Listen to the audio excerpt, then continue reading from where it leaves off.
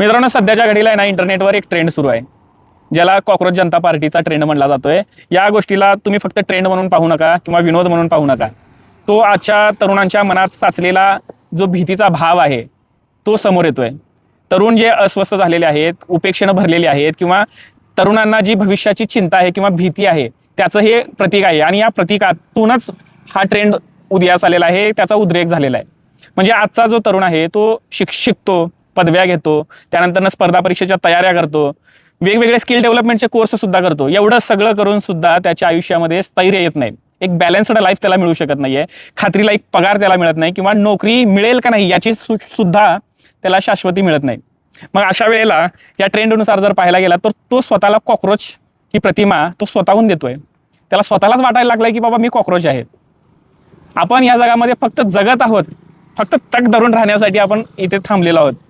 एवढंच त्याच्या नशिबात आहे असं त्याला वाटतंय. आणि दुसरीकडे तरुणांच्या आयुष्यात आज प्रचंड विरोधाभास दिसतोय. एकीकडे आपलं शासन प्रशासन जे आहे नवभारताची स्वप्न दाखवतात, विकासाची स्वप्न दाखवतात, स्टार्टअपची स्वप्न दाखवतात, आणि त्याचबरोबर आपण विश्वगुरू आहोत हे सुद्धा सांगतात. पण त्याच वेळेला त्याच भारतामध्ये पेपरफुटीसारखे प्रकरण समोर येतात. बेरोजगारी, वाढती महागाई आणि फुल टाईम नोकऱ्या तर बंदच झाल्यात, कंत्राटी नोकऱ्यांची स्वप्न दाखवली जातात.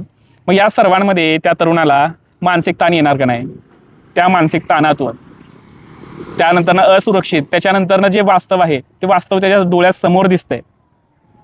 आणि आजच्या तरुणाच्या मनात हे प्रश्न येणारच ना, इतकं वर्ष शिकून मला मिळालं काय? तर हे घाबरत घाबरत जगायचं, फक्त जगायचं म्हणून जगायचं का तग धरून धरायचं आहे म्हणून जगायचं आहे? कारण इंजिनियर केलेली पोरं जे आहेत ना ते इंजिनिअरिंग क्षेत्रामध्ये कामच करत नाही आहेत. म्हणजे मास्टर्स ज्यांचं झालेलं आहे ते एकदम कमी पगाराच्या नोकरीवर काम करायला लागलेत. आणि स्पर्धा परीक्षांची जी तयारी करतायत त्यांचं तर सोडूनच द्या. त्यांचे तर अनेक वर्ष असेच वाया चाललेले आहेत. पेपर फुटीमुळे त्यांचे पेपर पुन्हा पुढे ढकलले जातात. त्यांचं वय निघून चाललंय, लग्न काही होईना झालंय, त्याचं त्यांना वेगळंच टेन्शन आहे. मग ह्या सर्वांमध्ये जी आर्थिक समस्या आहे आणि आत्मविश्वास आणि हरल्याची जी भावना आहे ती तरुणामध्ये आहे. म्हणजे जे मीम्स आहेत त्या मीम्समधून हा जो तरुणांचा जो मानसिक त्रास आहे तो समोर येतोय. आणि तरुणांना कळतोय की बाबा आपण जगतोय का फक्त जगतोय.